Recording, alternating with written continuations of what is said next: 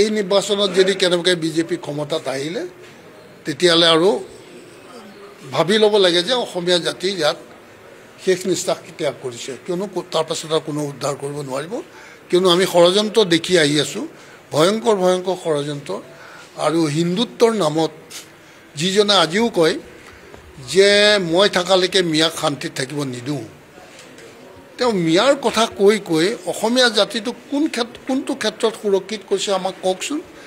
মিয়া আৰু মুছলমান বুলি কৈ ভয় খুৱাই পেলাই ভোটটো তেওঁক দিব লাগিব নেকি? আমি কোনোবা এটাতো জেগাত যে তেওঁ এইটো পদক্ষেপ লৈছে যাৰ কাৰণে অসমীয়া জাতিটো এইটো ছাইডৰ পৰা সুৰক্ষিত হৈছে, এনেকুৱা এটা কিবা পদক্ষেপ তেওঁক দেখুৱাব পাৰিবনে? এটাও লোৱা নাই। ৰাষ্ট্ৰীয় ৰাজনীতিত যেতিয়া আছিলোঁ মই, তেতিয়া সেই বিদেশী সমস্যাটোৱে আমাৰ ক্ষেত্ৰত খুব মানে প্ৰাধান্যতা পাইছিলে। আৰু সেই বিদেশী সমস্যাৰ পৰা উদ্ধাৰ কৰিব বুলি বিজেপিত দিনে ৰাতে কাম কৰিছিলোঁ, বিজেপি ক্ষমতালৈও আহিছিলে। কিন্তু মই যেতিয়া দল এৰিছিলোঁ তেতিয়াও মই কৈছিলোঁ যে বিজেপি দলটো পাৰ্টিটো অসমীয়া জাতিৰ ঘূৰ শত্ৰু। আজি এইটো প্ৰমাণ হ'বলৈ লাহে লাহে গৈ আছে। যিহেতুকে কা আন্দোলনৰ সময়ত ৰাইজে কৈছিল, আমি বিৰোধ কৰিছিলোঁ, মই তেতিয়া বিজেপিত আছিলোঁ, যে লাখ লাখ বিদেশী মানুহ ক'ৰ পৰা আহিব। আজি যেতিয়া এছআৰ চামাৰী ডিভিজনৰ কথা আহিলে, আমি বিহাৰত দেখা পালোঁ 65 লাখ ভোটাৰলৈকে ৰিভিউ হ'ল।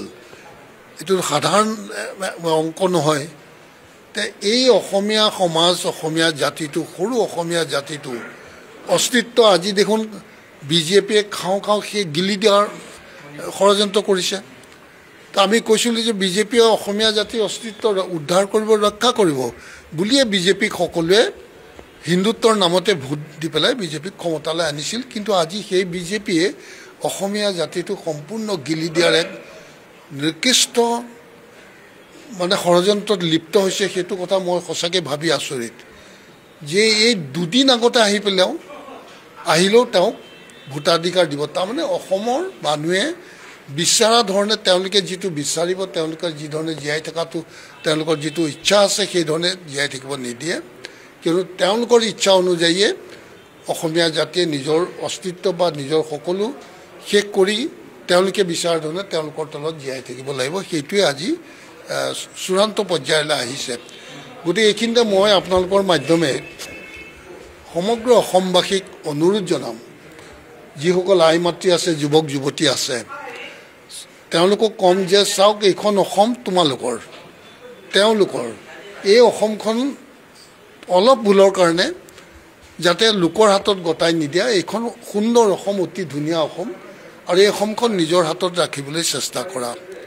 আৰু চেষ্টা কৰিবলৈ হ'লে, সেইটো ৰাখিবলৈ হ'লে তেওঁলোকে নিশ্চয় অলপ সাহসেৰে ওলাই আহিব লাগিব, আঞ্চলিক দলৰ সপক্ষে আহিব লাগিব, আৰু যিকোনো ত্যাগৰ বিনিময়ত যাতে বিজেপিয়ে যাতে অসমীয়া জাতিটোক আৰু অন্যায় কৰিব নোৱাৰে, সেই ক্ষেত্ৰত তেওঁলোকে সজাগ আৰু সচেতনভাৱে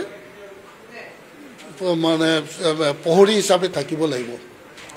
আৰু যিসকল ট্ৰাইবেল আজি তেওঁলোকৰ পাছে পাছে দৌৰি ফুৰিছে, ট্ৰাইবেল নেতাসকলে যি ধৰণৰ বক্তব্য ৰাখিব লৈছে তেওঁলোকৰ পক্ষত, কিন্তু মই আচৰিত পাইছোঁ যে অন্ততঃ বিজেপি চৰকাৰে আজি ট্ৰাইবেল বেল্ট এণ্ড ব্লকৰ যিখিনি মাটি আছিল সেইখিনিয়ে মাটি একমাত্ৰ সুৰক্ষিত মাটি আছে বুলি আমি ভাবিছিলোঁ। সেই সুৰক্ষিত মাটিখিনিও তেওঁলোকে শান্তিত থাকিব দিয়া নাই, সেইখিনিও তেওঁলোকে গ্ৰাস কৰা আৰম্ভ কৰিছে। আৰু ইতিমধ্যে গ্ৰাস কৰিছে, তেওঁলোকৰ শাসকীয় দলৰ নেতাপালি নেতাই গ্ৰাস কৰিছে।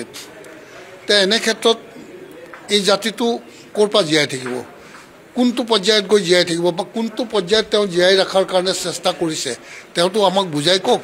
মিয়াৰ কথা ক'লা, মুছলমানৰ কথা ক'লে অসমীয়া জাতিয়ে ভয় খায় আৰু তেওঁক মানে ভোট দিব লাগে। কিন্তু আজিওতো গাঁৱত আমাৰ মানে বহুতো কিছুমান মাইনৰিটি ডমিনেটেড এৰিয়াত আমাৰ ছোৱালী যাব নোৱাৰে, বোৱাৰী যাব নোৱাৰে। কিয় যাব নোৱাৰে? চৰকাৰটো তেওঁৰে আছে। তেওঁৰ চৰকাৰ থকাৰ পাছতো এনেকুৱা অৱস্থাৰ সন্মুখীন কিয় আমাৰ ছোৱালী বোৱাৰীয়ে ফেচ কৰিব লগা হৈছে? তাৰমানে তেওঁ সুৰক্ষা ক'তোৱেই দিব পৰা নাই। তেওঁ মাত্ৰ এটাতে ব্যস্ত আছে তেওঁ উপাৰ্জন কৰিব লাগে, লুটপাট কৰিব লাগে, আজে বাজে কথা কৈ ৰাইজক বিপদগামী মানে পথভ্ৰষ্ট কৰি পেলাই তেওঁৰ সুবিধাখিনি আদায় কৰিব লাগে। সিমানেই তেওঁৰ কাম, আৰু তেওঁ কোনো ধৰণৰ ভাল কাম কৰা নাই। আৰু তেওঁক মই অনুৰোধ কৰিম যাতে মুছলমান ভয় দেখুৱাই তুমি অসমীয়া জাতিটোক পংগু নকৰিবা, আৰু ধৰ্মৰ কথা কৈ অসমীয়া জাতিটোক পংগু নকৰিবা। তুমি কৰ্মমুখী হ'বলৈ কিবা পদক্ষেপ ল'লানে? আজিলৈকে ক'ৰবাত 1000টা ড্ৰাইভাৰ উলিয়াব পাৰিলেনে? 1000টা প্লাম্বাৰ উলিয়াব পাৰিলেনে? বা 1000টা মিস্ত্ৰী উলিয়াব পাৰিলেনে?